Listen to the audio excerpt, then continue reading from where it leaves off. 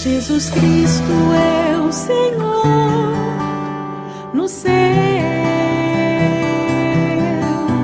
na terra e debaixo da terra. Ele é santo. Hijitos míos, estas cosas os escribo para que no pequéis. Y si alguno hubiere pecado, abogado tenemos para con el Padre, a Jesucristo el justo.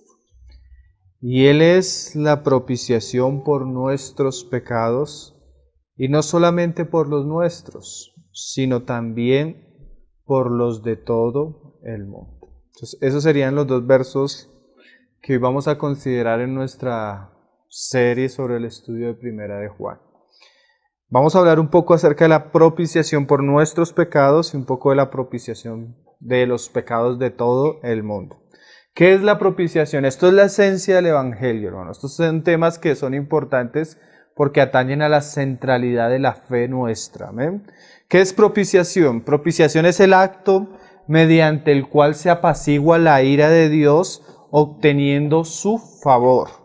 Es un acto entre dos partes cuando se apacigua la ira de alguien que está ofendido y es reconciliado con Él. Dios es santo y como Él es santo, Él para poder perdonar y aplacar su ira con el hombre, hace una obra propiciatoria, una obra para que su juicio no venga sobre nosotros por causa del pecado. Y esa obra es que Él entrega a su Hijo Jesucristo para que de manera perfecta su Hijo yendo a la cruz nos conceda el perdón y la salvación a los que creemos en Él. Entonces vamos a hablar de esto primeramente. Hoy tenemos un tema bien amplio. Entonces vamos a hablar primero de esto, vamos a ver algunos pasajes, cómo esto es la esencia del Evangelio y cómo todo el que cree en Él puede tener confianza en esto, en que Cristo ha expiado sus pecados, como la propiciación de parte de Dios para con los hombres. Hebreos 2, verso 17 dice, vamos a leerlo. Hablando de la obra de Cristo, de por qué venía a morir Cristo, y que, como decimos, esto es la esencia del Evangelio. Ahorita vamos a ver unos pasajes en Romanos que nos muestra también esto. Dice Hebreos 2, verso 17. Por lo cual debía ser en todo semejante a sus hermanos. O sea, Cristo se hizo hombre, semejante a todos nosotros. ¿Para qué? Para venir a ser misericordioso y fiel sumo sacerdote en lo que se refiere, en lo que a Dios se refiere, para expiar los pecados del pueblo. O sea, Cristo se hizo hombre para venir como hombre a expiar nuestros pecados por medio de su sacrificio en la cruz. Romanos 3, verso 23, nos habla un poco de la síntesis del Evangelio, de lo asunto clave del Evangelio. El asunto clave del Evangelio es que Dios envió a su Hijo y por medio de su Hijo Él ha expiado nuestros pecados. Y ahora tenemos absoluta confianza de que hemos sido recibidos por Dios, reconciliados por Dios, aceptados por Dios en base al eterno y único y suficiente sacrificio de Cristo en la cruz. Yo no llego a Dios porque sea suficiente, yo no llego a Dios porque sea bueno, yo no llego a Dios porque tenga una religión, yo no llego a Dios porque haga obras de caridad, yo llego a Dios porque Dios envió a su Hijo a favor nuestro. Amén. Eso es la esencia del Evangelio. Dice Romanos 3, verso 23. Por cuanto todos pecaron y están destituidos de la gloria de Dios. Esa es la condición del hombre. El hombre por causa de su pecado está destituido de la gloria de Dios. Y no solo está destituido, sino que le espera el juicio de Dios. Pero Dios hace una obra propiciatoria por medio de Cristo para quitar el pecado y reconciliarnos con Él. Y ahí más adelante lo explica Pablo. Siendo justificados gratuitamente por su gracia. ¿Cuál es el medio de esa gracia con la cual Dios nos otorga justificación gratuita? Mediante la redención o el sacrificio o la muerte que es en Cristo Jesús. Y eso no lo hicimos nosotros, sino a quien Dios puso como, y otra vez la misma palabra, ¿no? Propiciación por medio de la fe en su sangre. O sea que Dios puso a su Hijo para que yo pusiera mi fe en su sangre, para que Él me pudiera manifestar su justicia a causa de haber pasado por alto en su paciencia los pecados pasados, con la mira de manifestar en este tiempo su justicia, a fin de que Él sea justo y el que justifica al que es de la fe de Jesús. O sea que todos los que somos de la fe de Jesús somos justificados mediante la redención que es en Cristo Jesús. O sea, mediante el sacrificio de Cristo. La hermosa verdad del Evangelio, la gran verdad del Evangelio, no es que Dios nos quiera prosperar, no es que Dios quiere que yo sea un hombre exitoso. La gran verdad del Evangelio es que Dios estaba reconciliando a los hombres por medio del sacrificio de Jesucristo. Tal vez yo no tenga dinero, tal vez yo no tenga prosperidad aquí en la tierra, pero ahora tengo un camino abierto para acercarme a Dios como mi Padre y Él me recibe y yo le puedo recibir a Él. ¿Por medio de quién? Del único camino, Jesucristo. Amén. Eso es propiciación. Primera de Juan 4:10 se lo leo. Dice esto: y en esto consiste el amor, no en que nosotros hayamos amado a Dios, sino que Él nos amó a nosotros. ¿Y cómo lo manifestó? Y envió a su Hijo. ¿Para qué? En propiciación por nuestros pecados. Ese es el amor de Dios, que Dios envió a su Hijo y ahora por medio de su Hijo podemos tener propiciación. Mira lo que dice más adelante Romanos 8, verso 33. Vamos rápido porque hay un asunto al que quiero llegar, que es un asunto de mucho debate en medio del pueblo de Dios. Pero no pudiéramos tratarlo sin primero tratar lo primero que Juan dice. Él es la propiciación de nuestros pecados. Romanos 8:33 dice: ¿quién acusará a los escogidos de Dios? Esa es una pregunta que Pablo hace. Bueno, ¿quién se puede poner delante del trono de Dios y acusar a alguno de nosotros? Si Dios es el que justifica. O sea, si el juez me declara inocente, ¿quién me puede acusar? ¿Por qué me declara inocente? Porque ahora la justicia de Cristo me ha sido dada. Yo soy declarado justo por medio de la fe en su Hijo Jesucristo. ¿Quién es el que condenará? Dice Pablo.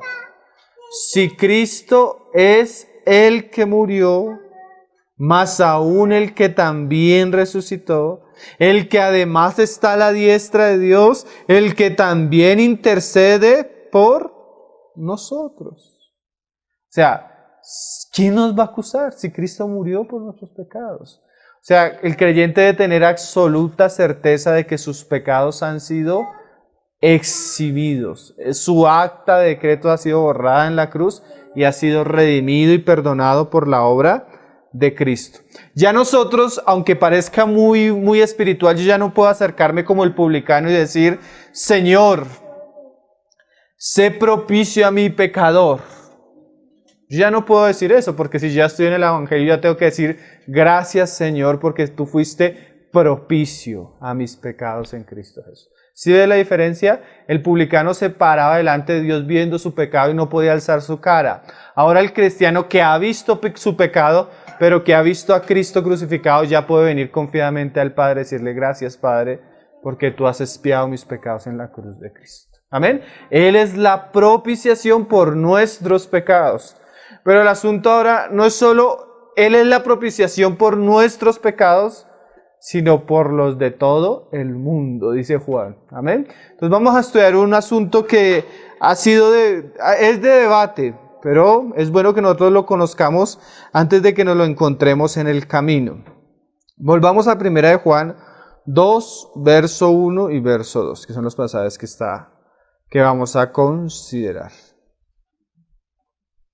Dice: y Él es la propiciación por nuestros pecados. O sea, Hermano, si usted ha pecado, usted debe saber que la base de estar en pie delante de Dios es la obra de Jesucristo, que Cristo se ha entregado por usted.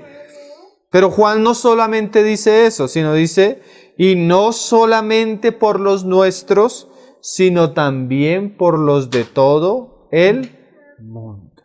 Aquí comienza el debate. Hay dos escuelas o hay dos doctrinas que entran en contraposición, que son dos desequilibrios de esta verdad. Una es el universalismo y la otra es el calvinismo. El universalismo coge esta verdad y dice, como Cristo no solo propició nuestros pecados, sino los de todo el mundo, no importa lo que las personas hagan, todas serán salvas porque Cristo expió a todos. Por eso la palabra universalismo, o sea, todos son salvos. Que más o menos algo así es lo que profesa este Papa Francisco. Él dice, no importa si eres ateo, no importa si eres homosexual, no importa lo que sea. Dios va a propiciar tus pecados porque Cristo murió por los pecados de todo el mundo. El universalismo cree que todos son salvos, crean o no crean, se arrepientan o no se arrepientan, hagan lo que hagan, todos serán salvos porque Cristo expió los pecados de todos los hombres. Eso es universalismo. Por un lado universalismo, por otro lado hipercalvinismo. ¿Qué dice el hipercalvinismo? Cristo murió solo por los elegidos. Unos dicen todos van a ser salvos porque la propiciación es para expiación de todos. Otros dicen Cristo murió solo por los elegidos. Entonces hay esas dos doctrinas que vamos a estudiar hoy según la palabra y darle un punto de equilibrio porque ambas se han ido al extremo. Entonces vamos a ver varios pasajes en relación a este asunto. Bueno, lo primero que vamos a ver es que, como dice el pasaje, las Escrituras enseñan que el sacrificio de Cristo involucra el pecado de todo el mundo. No solo Cristo murió por mis pecados, sino Cristo murió por los pecados de todo el mundo.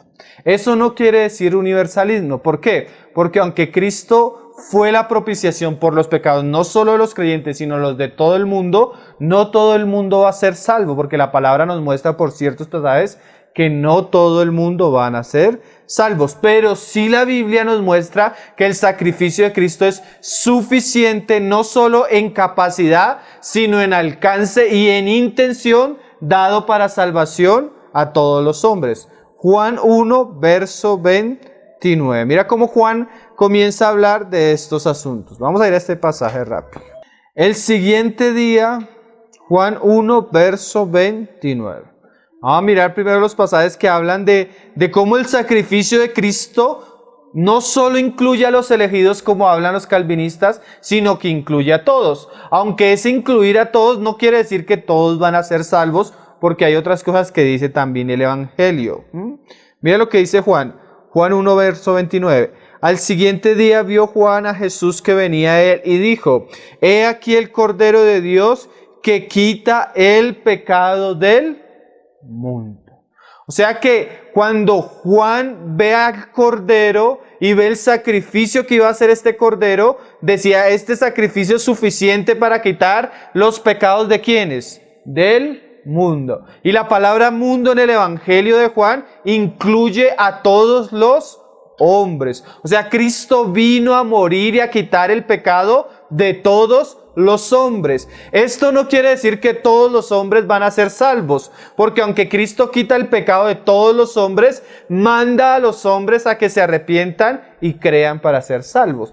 Pero en esencia, la obra de Cristo es suficiente para todo el mundo y tiene la intención y el deseo de Dios de salvar a todo el mundo. ¿Sí? Porque el calvinista dice, no, el calvinista dice, Cristo vino a morir solo por los elegidos. Pero eso es contrario al testimonio de las Escrituras. Vamos a seguir leyendo. Primera de Timoteo 2, verso 5. Vamos a leer pasajes donde se nos muestra que la expiación, la redención, la reconciliación, la obra de Cristo tiene como intención salvar a todos los hombres. Primera de Timoteo 2, verso 5. Como dice Pablo, como leíamos ahorita en Romanos, por cuanto todos pecaron. ¿Sí? Así como todos pecaron, vino una salvación que era suficiente para salvarlos a todos. Mira cómo dice 1 Timoteo 2, verso 5.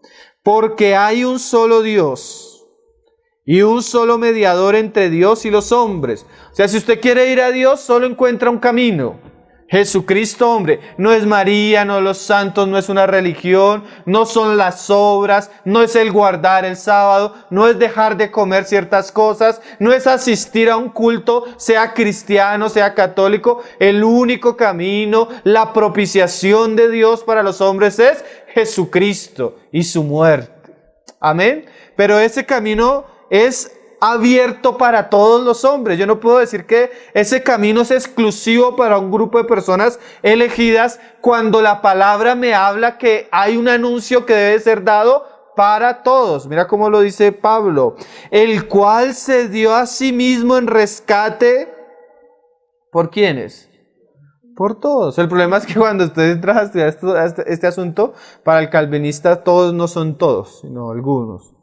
O los elegidos. Dice, de lo cual se dio testimonio a su debido tiempo. ¿Cuál es el testimonio? Mira lo que dice 2 Corintios 5, verso 19. Estos pasajes nos hablan no de universalismo, no de que todos son salvos, pero sí nos hablan de que Cristo murió para salvación de todos los hombres. 5, verso 19. Mira cómo lo dice Pablo. Dice que Dios, ahí lo citábamos, estaba en Cristo, reconciliando consigo ¿a quiénes? Al mundo. ¿Cómo? No tomándoles en cuenta a los hombres sus pecados. A veces nosotros vemos una visión de Cristo, Cristo haciendo milagros, Cristo expulsando demonios, Cristo caminando sobre el mar. Pero eso es parte del Evangelio. Pero la esencia del Evangelio, como dice Pablo, era que Cristo estaba en la tierra con la mira de reconciliar al hombre con Dios. Porque el mayor problema entre el hombre y Dios es que está en enemistad por causa del pecado. Pero a eso vino Cristo, como la propiciación del Padre, a reconciliarnos con Él. Y nos encargó a nosotros la palabra de la reconciliación. 1 Timoteo 4, verso 10. Pasajes que son claves en relación a esto, que es el mismo lenguaje que está usando Juan. Juan no ve solo la obra de Cristo para propiciación de nuestros pecados, sino Juan ve también la obra de Cristo para propiciación de los pecados de todo el mundo. Mira cómo lo dice Pablo ahora. 1 Timoteo 4:10. Dice que por esto mismo trabajamos y sufrimos oprobios, porque esperamos en el Dios viviente. ¿Quién es este Dios viviente? Que es el Salvador ¿de quiénes? De todos los hombres. Claro, no todos los hombres van a ser salvos. ¿Quiénes son los que van a ser salvos? Mayormente de los que creen. Entonces, las Escrituras enseñan que el sacrificio del Cordero de Dios involucra el pecado del mundo o de todos los hombres, y que la obra de reconciliación, de redención de Cristo y su propiciación fue por todos los hombres. Amén. Hasta ahí por las Escrituras podemos decir amén. Pero ahí es donde viene el asunto pero. El pero que le quita el exceso al universalismo. Entonces, ¿cuál es el pero que le quita el error o que trata con el error del universalismo? Que la obra de Cristo es eficaz y válida y aplicable solo para los que creen. ¿Sí? Él murió por todos, pero eso es solo aplicable, solo hecho efectivo ¿en quiénes? En los que creen. El mismo pasaje nos lo dice, mayormente de los que creen. Podemos decirlo de una manera más sencilla. La muerte de Cristo fue suficiente para todos, pero eficiente solo para los que creen. Universalismo en el sentido de que la obra de Cristo es para todos, pero el error de ellos está en que no todos van a ser salvos, sino solo van a ser salvos los que creen. El error del calvinismo es que dice que la obra de Cristo es solo para los que creen. Pero la Escritura nos enseña que la obra de Cristo es para todos. ¿Sí ve que hay una verdad en medio de esos dos errores? Ahí en medio de esos dos excesos. Hay algo que se conocen como las doctrinas de la gracia, que es como la expresión pura, dicen ellos, del calvinismo o del evangelio. Y entre esas doctrinas hay una que se llama expiación limitada. ¿Qué es expiación limitada? El calvinista dice que Cristo murió, y como lo dice la palabra, expiación limitada, solo por un número limitado de personas. ¿Cuál es ese número limitado de personas? Los elegidos, según el calvinista. Entonces, Cristo no murió por todos, sino solo por los elegidos. Entonces, eso es una mala interpretación de las Escrituras, porque acabamos de leer que Cristo murió por todos. La obra de Cristo no es limitada. La obra de Cristo es suficiente. Lo que es limitado es la aplicación, porque la aplicación es solo para aquellos que creen al Evangelio. Ellos dicen que, bueno, dicen muchas cosas, pero vamos a leer varios pasajes. Juan 3, verso 16. Hay pasajes que son muy claros. Cristo vino a salvar al mundo, pero ¿por qué el mundo no es salvo si Él fue propicio para todos los pecados, aún los del mundo?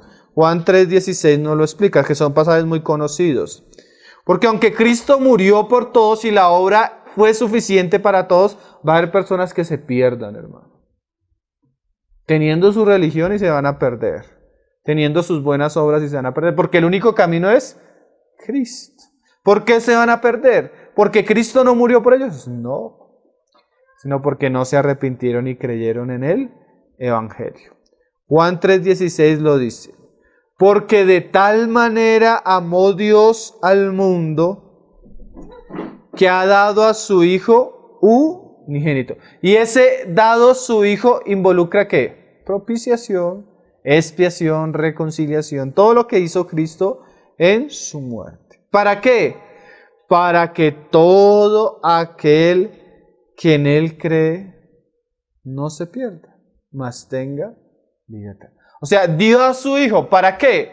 Para que los que crean tengan vida eterna. O sea, la eficacia de la propiciación o de la obra de Cristo se da a la persona que cree y acredita en Cristo y en el Evangelio.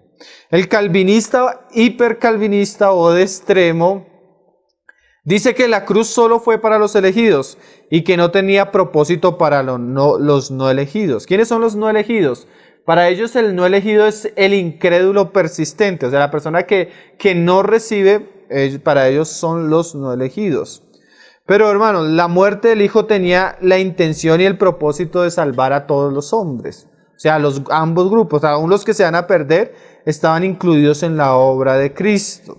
La obra de salvación está de acuerdo con el propósito y la gracia de Cristo que es en Cristo Jesús. Claro que la muerte de Cristo es eficaz para el creyente para salvación, pero también para el incrédulo tiene un propósito y es dejar al incrédulo sin excusa. Los hombres condenados no son condenados porque no hubiera salvación para ellos, sino porque hay un rechazo directo a la persona y a la obra de Cristo. Como dice ahí en Juan 3:18, léalo. Dice, el que en Él cree no es condenado, pero el que no cree ya ha sido condenado. Entonces, ¿la condenación y la salvación de quién depende? ¿De la obra de Cristo? ¿O el que cree? ¿O el que no cree? ¿Ahí qué dice el pasaje? 3:18. El que en Él cree no es condenado. O sea, depende ya no de Cristo, porque Cristo lo que tenía que hacer ya lo hizo. Depende de cómo el hombre responde al Evangelio. Pero el que no cree ya ha sido condenado. ¿Por qué? Diría el calvinista, porque Cristo no murió por él. Pero no encuentras eso en el pasaje. ¿Por qué va a ser condenado? porque no ha creído en el nombre del unigénito Hijo de Dios. Juan 5, 39, 40, mira lo que dice el Señor. Más adelante, escudriñad las Escrituras, porque a vosotros os parece que en ellas tenéis la vida eterna. ¿Qué hacen las Escrituras? Y ellas son las que dan testimonio de mí. Y no queréis venir a mí para que tengáis vida. Entonces, ¿por qué las personas no tienen vida? Porque no quieren venir a Cristo. Definitivamente la gente prefiere ir a una botella de licor, ¿no? Prefiere ir a una religión, a un culto.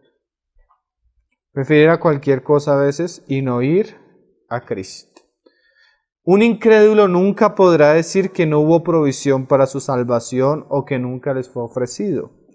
Jamás podrán decir ante Dios, la razón por la cual no soy salvo es porque Cristo no murió por mí. Al contrario, la razón por las cuales no son salvos es porque rechazaron la provisión de Dios y la salvación de Cristo, que es para todos los hombres. El hombre está sin excusa. ¿Por qué este asunto es tan importante y por qué lo estamos considerando? ¿Por qué es tan importante tratar el exceso del calvinismo o el error del universalismo? Porque esto afecta la predicación del Evangelio y la práctica y la visión de la vida cristiana. Por ejemplo, si yo soy calvinista y creo que Dios murió solo por unos elegidos en la persona de su Hijo Jesucristo, mi concepto del Evangelio es, como ellos mismos lo dicen, limitado, expiación limitado. Entonces tenemos un Evangelio que trae buenas nuevas solo para los elegidos, porque Cristo no murió por todas las personas, atentando contra lo que las Escrituras mismas dicen. ¿Cómo será el asunto y el exceso de los calvinistas que a veces ellos recomiendan cuando están dando consejería, que tú no le puedes decir a una persona que crea en el Señor Jesucristo y confíe en el Señor Jesucristo porque Él murió por él, porque no sabemos si esa persona es un elegido y si Cristo murió por él? Entonces no podemos decir eso. ¿Sí me estoy haciendo entender? Entonces hay libros calvinistas, hay un libro de James Adams que es de consejería, que se llama Capacitados para Orientar, donde él dice que él no recomienda a una persona decirle a otra que Cristo murió por él porque esa persona no sabe si es elegida o no. El hermano Mackintosh decía esto: un discípulo de alta escuela o de calvinismo extremo no irá a un evangelio mundial, no irá a un evangelio de amor de Dios por el mundo, de buenas noticias para toda criatura, sino él tiene un mensaje solo para los elegidos. Y ese es el problema que tiene el calvinismo: distorsiona la imagen de Dios porque muestra un Dios bueno y amoroso solo para los elegidos. O sea, Dios solo ama a los que Él ha elegido. Dios solo murió en Cristo por los elegidos. Pero eso es contrario a las Escrituras, porque el pasaje que estamos leyendo, ¿cuál es? Y Él es la propiciación por nuestros pecados, y no solo por los nuestros, sino por los de todo el mundo. El calvinista ha limitado la imagen de Dios de amor y de sacrificio solo por los elegidos. Ellos tienen un Dios amoroso solo para los elegidos. Ellos tienen un Salvador solo para los elegidos. Ellos tienen un solo sacrificio, pero que incluye solo a los elegidos. Pero yo me quedo con Juan, hermano. Juan tiene un cordero que tiene el poder y la capacidad de quitar el pecado del mundo. Un cordero que tiene la capacidad de expiar no solo nuestros pecados, sino los pecados de todo el mundo.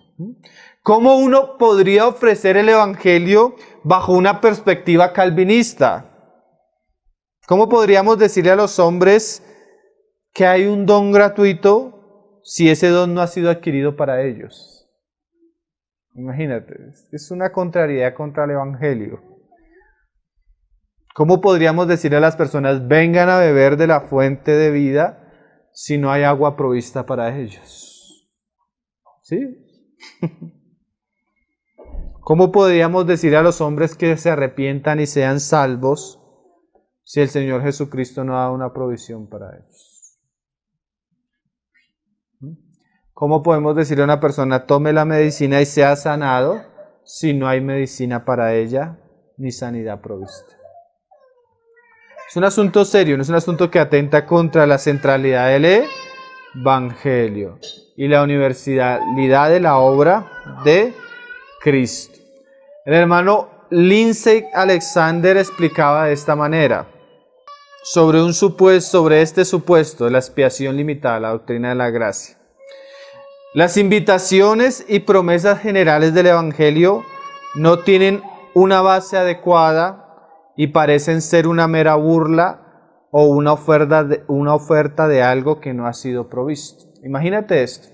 Si yo fuera calvinista y solo pensara que Cristo murió por un grupo de elegidos, cuando se levanta el profeta y dice arrepentidos y cree en el Señor, yo me estaría burlando del público porque en mi corazón sé que las personas que están ahí no se pueden arrepentir y creer, porque aunque así lo hicieran, Cristo no murió por ellos, sino son elegidos.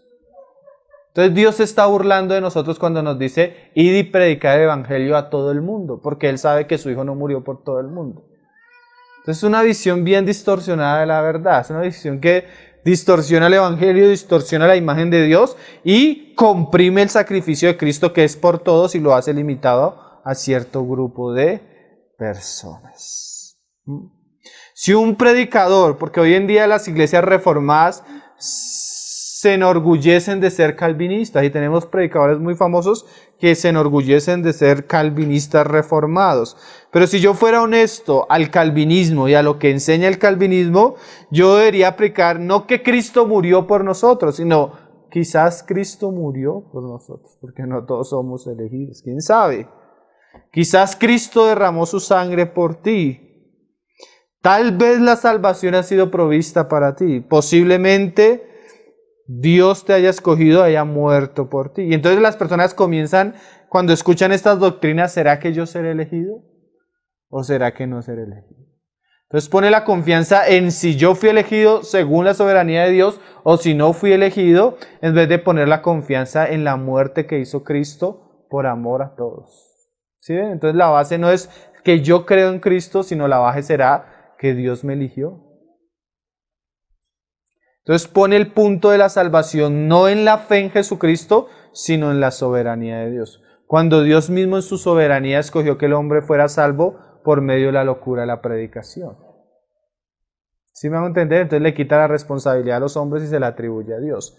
Si uno se salvan es porque Dios quiso y si uno se salvan es porque... Y si uno se condena es porque Dios también lo quiso.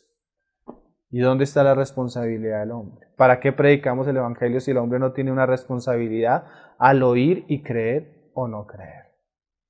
¿Sí me estoy haciendo entender, hermanos? Usted tal vez le parece estos temas raros si no se ha encontrado con los calvinistas. Pero si usted escucha a Paul Washer se va a encontrar con estos asuntos. Si usted escucha a John MacArthur se va a encontrar con estos asuntos. Muchos famosos que tienen una doctrina sana en muchos aspectos, cuando llegan a estos puntos, tú te encuentras que son bastante inclinados a un extremo calvinista que es contrario a las Escrituras y que distorsiona la imagen de Dios. Los que sostienen estas doctrinas no presentan el Evangelio como nosotros lo estábamos insinuando, pero sería una manera correcta según la postura calvinista. Un hermano dijo, Robert Ligner dijo, creer en una expiación limitada, o sea, creer en que la muerte de Cristo solo fue para unos hombres, significa que las buenas nuevas de la gracia salvadora de Dios en Cristo no pueden ser personalizadas. Los que sostienen tal posición no pueden decirle a una persona a la que le están testificando que Cristo murió por ella, porque esta persona puede de hecho ser alguien por quien Cristo no murió. O sea, tú no le puedes decir que Cristo murió por ella, porque de hecho puedes estar tratando a una persona, según el calvinista, con alguien que Cristo no murió. Mira lo que decían John Bunyan o Juan Bunyan. La oferta del Evangelio no puede, con el permiso de Dios, ser ofrecida más allá de la muerte de Cristo. O sea, el Evangelio, según el permiso de Dios, es lo que Dios hizo en la muerte de Cristo. No se puede ofrecer buenas noticias fuera de la muerte de Cristo. Porque si es quitada, no hay en realidad Evangelio ni gracia. O sea, si Cristo no murió por todos, no hay evangelio ni gracia. En otras palabras, ¿cómo puedes ofrecer a alguien el evangelio si no sabes acaso que Cristo murió por esa persona? ¿Cómo podemos ofrecer a un pecador algo que no ha sido provisto? ¿Qué es lo que dicen los calvinistas? Y este es el argumento de peso detrás del asunto de lo que ellos dicen. Si Cristo murió por todos, entonces ¿por qué no todos son salvos? Entonces la muerte de Cristo, al no ser eficaz en ciertas personas, sería un desperdicio. Esa es la manera como razonan ellos. O sea, si Cristo murió por todos, pues todos deberían ser salvos, porque si Él murió por todos y hay personas que se van a condenar, entonces la muerte fue un fracaso o un desperdicio. Esa es la manera de razonar de ellos. Entonces ellos dicen, no, Él no murió por todos, Él murió por los elegidos y es efectivo y es suficiente para salvar a los elegidos. Pero bueno, lo que venimos diciendo, la Escritura dice que es por todos. Y no hay desperdicio, porque aún para los que se condenan, esa salvación, esa provisión, va a servir, como decíamos ahorita, para juicio. Mira el ejemplo que da un hermano. Esto sería como decir, si la medicina está al alcance de todos, todos tienen que ser sanados. Obviamente que esto es falso. Porque aunque tuviéramos medicina para todos, no hará ningún bien si no es tomada. ¿No entendimos? O sea, aunque la medicina es para todos, eso no quiere decir que todos son sanados. ¿Por qué? Porque aunque la medicina sea para todos, no es suficiente que esté la medicina, tiene que tomársela. Lo mismo es la salvación es para todos, pero no es suficiente hasta que la persona no bebe de la fuente de gracia. Tenemos que hacer una diferencia entre redención realizada y redención aplicada. Redención realizada es que la obra de Cristo es suficiente para salvar a todos. La redención aplicada es solo para los que beben por medio de la fe. Para resumir lo que les venía diciendo. Las Escrituras enseñan que el sacrificio del Cordero de Dios involucra el pecado del mundo y que la obra de redención del Salvador, de reconciliación, de propiciación fue para todos los hombres, pero que la obra de Cristo es solo eficaz, válida y aplicable solamente para los que creen. Podemos decirlo de una manera más sencilla. La muerte de Cristo fue suficiente para todos, pero eficiente solo para quienes creen. La obra de Cristo en ninguna manera es limitada, pero la aplicación de esa obra fue limitada por Dios mismo solo a los que creen. Terminamos leyendo dos pasajes de Pablo. Primera de Timoteo 2, verso 1, que resume un poco lo que hemos venido diciendo. Dice, Primera de Timoteo 2, verso 1, dice: exhorto ante todo a que se hagan rogativas, oraciones, peticiones y acciones de gracias por todos los hombres. Si Dios nos manda a orar por todos los hombres, es porque Él en su corazón tiene el deseo de que todos sean salvos. Como dijo un hermano un día, cuando Cristo multiplicó los panes, hermano, dijo que se recogieran aún los pedazos de los panes y dijo, para que nada se pierda. Si el Señor no quería que se perdiera un pedazo de pan, ¿cuánto más Él no quiere que se pierdan los hombres, los cuales Él creó a su imagen y semejanza, por los cuales murió Cristo? Entonces el calvinista dice, pero como Dios es soberano, si Él quisiera que todos fueran salvos, Él tiene el poder y la capacidad para salvarlos a todos. Entonces, ¿por qué todos no son salvos? Porque aunque Dios es soberano y puede salvar a todos, Dios quiso que el hombre fuera salvo por medio de la fe. Y también quiso condenar a los que rechazan la fe. Dios soberanamente decidió que fuera así. El camino de la salvación es por la fe en Cristo y el camino de la condenación es porque los hombres rechazan la luz porque aman más las tinieblas. ¿Sí? Yo no puedo distorsionar ni sacar conclusiones de la soberanía de Dios que atentan contra el testimonio de las Escrituras. Es un asunto bien serio. Pablo me dice que oremos por todos los hombres, por los reyes y por todos los que están en eminencia, para que vivamos quieta y reposadamente en toda piedad y honestidad. Porque esto es bueno y agradable delante de Dios nuestro Salvador, el cual quiere que todos los hombres sean salvos y vengan al conocimiento de la verdad. O sea que Dios quiere que todos sean salvos. ¿Y cómo va a ser Dios para que esos hombres sean salvos? Porque hay un solo Dios y un solo mediador entre Dios y los hombres, Jesucristo hombre, el cual se dio a sí mismo en rescate, ¿por quiénes? Por todos, de lo cual se dio testimonio a su debido tiempo. Para esto yo fui constituido predicador y apóstol, digo en verdad en Cristo no miento, y maestro de los gentiles en fe y en verdad. O sea, Dios quiere que todos sean salvos y nos manda a orar por eso, porque es su intención. Pero ¿por qué no todos son salvos? Segunda de Tesalonicenses 2, verso 12. Dice, segunda de Tesalonicenses 2, verso 2, a fin de que sean condenados, ¿quiénes? Todos, pero no es ese todos, segunda de Tesalonicenses 2, 12. A fin de que sean condenados todos. ¿Quiénes son esos todos? Todos los que no creyeron a la verdad.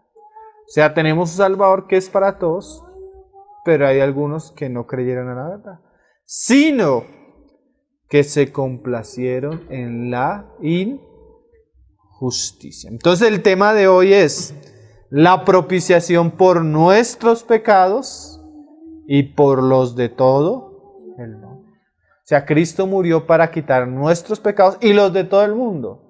Pero en la aplicación claramente no estamos de acuerdo con el universalismo, porque no todos van a ser salvos. ¿Quiénes van a ser salvos? Los que creen.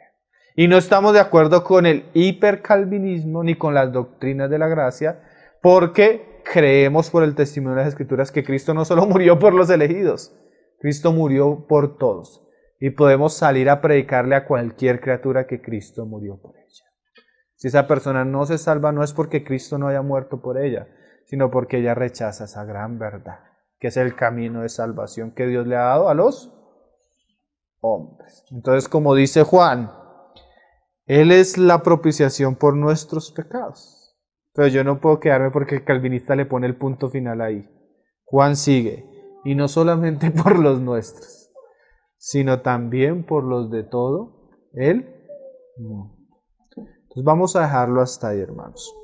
Primera de Juan 2, verso 1 y verso 2. Este sería nuestro sexto tema de la serie del estudio de Primera de Juan. Vamos a orar. Estos temas siempre es bueno estarlos rumiando, porque tal vez nos vamos a encontrar con estos asuntos en el camino. Amén. Vamos a orar. Padre, te damos gracias, Señor, por tu palabra, Señor. Te pedimos que tú nos concedas profundizar en ella, Señor.